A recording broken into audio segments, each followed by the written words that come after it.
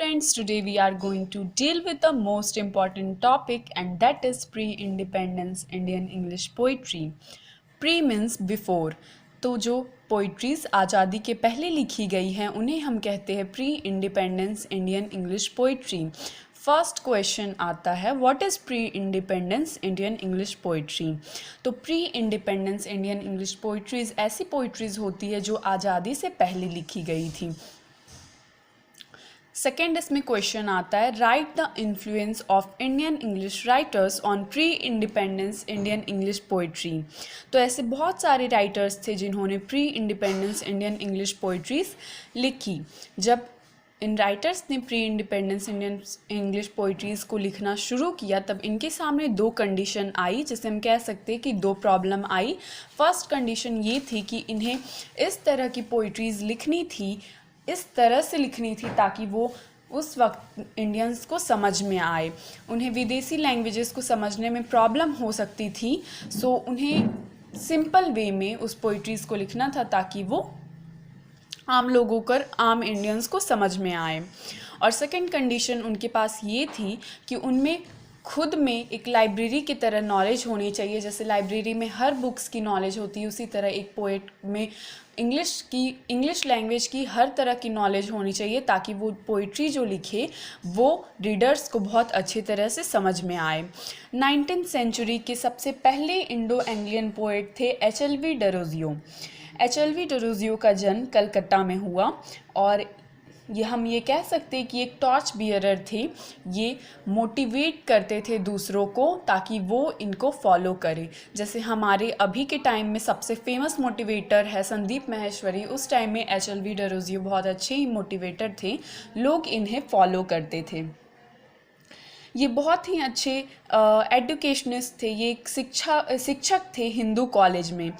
इनकी जो पढ़ाने लिखाने की जो तकनीक थी, जैसे हम कह सकते हैं कि हम देखते हैं कुछ टीचर्स को कि वो स्टूडेंट्स में बहुत अंतर करते हैं, लेकिन इनमें ऐसा नहीं था। ये ऐसा कुछ भी नहीं करते थे, ये हर स्टूडेंट्स को अच्छे तरह से और सेम ट्रीट करते थे। इनकी जो सोच थी सोसाइटी को लेके वो बहुत अलग थी। ये ज़रूरी नहीं था कि अगर सोसाइटी कुछ गलत चीज़ को फॉलो करी तो ये भी उस गलत चीज़ को फॉलो करे। ये एक बागी की तरह थे, ये उसके खिलाफ आवाज़ उठाते थे कि नहीं ये चीज़ गलत है। ये बहुत ही नेचुरलिस्टिक पोएट थे, बहुत ही प्राकृतिक ढंग से ये अपनी पोइट्रीज़ को लिखा करते थे। इनकी सबसे फेमस पोइट्री हैं द फ़कीर जहांगीरा। द फ़कीर जहांगीरा जब इन्होंने लिखा तो लोगों ने जब इस पोइट्री को पढ़ा तो लोगों का इन्होंने दिल जीत लिया। इतनी अच्छी पोइट्री थी। द फ़कीर जहांगीरा में इन्होंने फीमेल जेंडर के खिलाफ होने वाले टॉर्चर के खिलाफ आवाज़ उठाई और इसका सबसे मेन प्रॉब्लम था सती प्रथा। पहले के समय में स्त्रियों को अगर उनके पति की डेथ हो जाती है तो उनके साथ उनकी चिता पर जला दिया जाता था, तो इसके खिलाफ इन्होंने इस पोइट्री में आवाज़ उठाई। इनकी जो पोइट्रीज़ होती थी वो समाज में आने वाले चेंजेस पे बहुत ही ज़्यादा ध्यान देती थी। तो जो भी रीडर्स होते थे उनको इनकी पोइट्री पढ़ने के लिए जितना ही उनके दिमाग की ज़रूरत होती थी उतना ही उनके दिल की भी ज़रूरत होती थी। इनकी एक और फेमस पोएम है द इक्लिप्स। इसके अलावा इनकी बहुत सारी फेमस पोइट्रीज़ है और इनकी जो पोइट्रीज़ होती थी वो बहुत ही ज़्यादा कॉम्प्रिहेंसिव होती थी।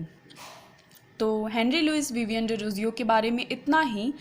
अब हम नेक्स्ट पोएट को डील करेंगे, वो है माइकल मधुसूदन दत्त। माइकल मधुसूदन दत्त को पोइट्री लिखने की जो प्रेरणा आई थी अपने टीचर D.R. रिचर्डसन से आई थी। तब इनके अंदर इन्होंने पोइट्रीज़ लिखना शुरू किया। इनकी जो पोइट्रीज़ थी वो जॉन किट्स की पोइट्री से बहुत ही ज़्यादा सिमिलर थी, बहुत ही मेल जोल खाती थी। और इनकी फेमस पोइट्री थी द हिम।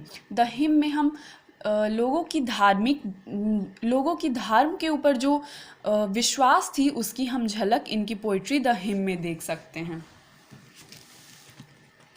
इनकी एक और famous poetry the captive lady थी और ये सीता माता से बहुत ही ज़्यादा इंस्पायर्ड थे। तो सीता माता से ये इंस्पायर होने के चलते इन्होंने मेघनाद वध काव्य एक बहुत ही मेमोरेबल एपिक लिखा।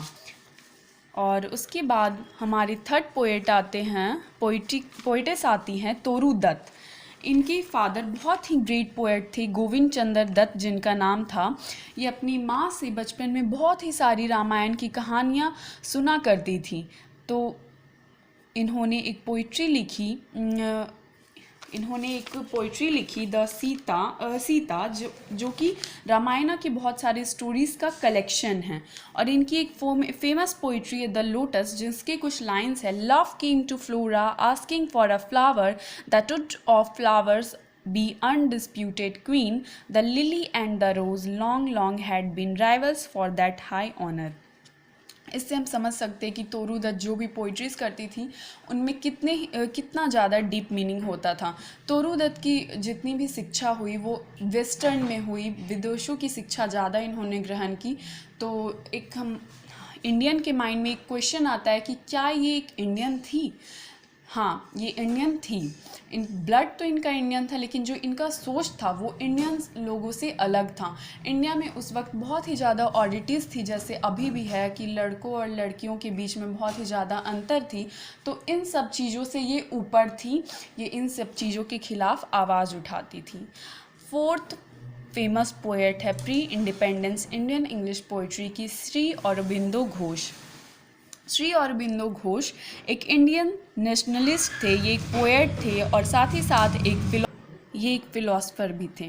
ये एक स्पिरिचुअल गुरु थे, आध्यात्मिक गुरु, जो लोगों के अंदर चल रहे चीज़ों के बारे में नॉलेज रखने में बहुत ही ज़्यादा इंटरेस्टेड थे। ये बहुत ही सेंटली सोल थे, एक साधु तरह के इंसान थे। और इनका जन्म कलकत्ता में 13 अगस्त 1972 को हुआ। इनका जन्म कलकत्ता में 13 अगस्त 1872 को हुआ। इनकी जितनी भी शिक्षा थी वो इंग्लैंड में हुई। उसके बाद ये इंग्लैंड से वापस इंडिया लौटे और इन्होंने फ्रीडम मूवमेंट, हमारी आज़ादी आंदोलन को ज्वाइन किया। और उसके बाद श्री अरबिंदो घोष जी ने पौंडीचेरी के लिए ट्रैवल किया और वहाँ पर जाकर ये फाउंडर बने ऋषि अरबिंदो आश्रम के पौंडीचेरी में, जहाँ जो इनके चेले थे उन्हें ये योगा के बहुत सारे टेक्निक्स बताते थे। इनकी फेमस वर्क है द इपिक डिवाइन। इन्होंने सावित्री लिखा। सावित्री के लिए लिखने के लिए एक तरह से इन्होंने बहुत सारे त्याग कर दिए अपने जो सामाजिक जीवन थी उसके लिए, और इस पोइट्री के लिए एक तरह से भक्त बन गए लगभग 20 साल के लिए। इससे हम समझ सकते हैं कि श्री अरबिंदो घोष जी पोइट्री लिखने के लिए इन्होंने कितने सारे त्याग किए। तो लास्टली हम ये कह सकते हैं कि 19th सेंचुरी भरी पड़ी थी बहुत सारे टैलेंटेड पोएट से, जिनका जो बाय ब्लड तो इंडियन थे, लेकिन उनके थाउट्स और उनकी जो आइडियोलॉजीज़ थी वो कम्प्लीटली वेस्टर्नाइज थी, वो कम्प्लीटली इंडिया से अलग, वो वेस्टर्न और बहुत ओपन माइंडेड सोच रखते थे। Thank you friends for watching and listening my video.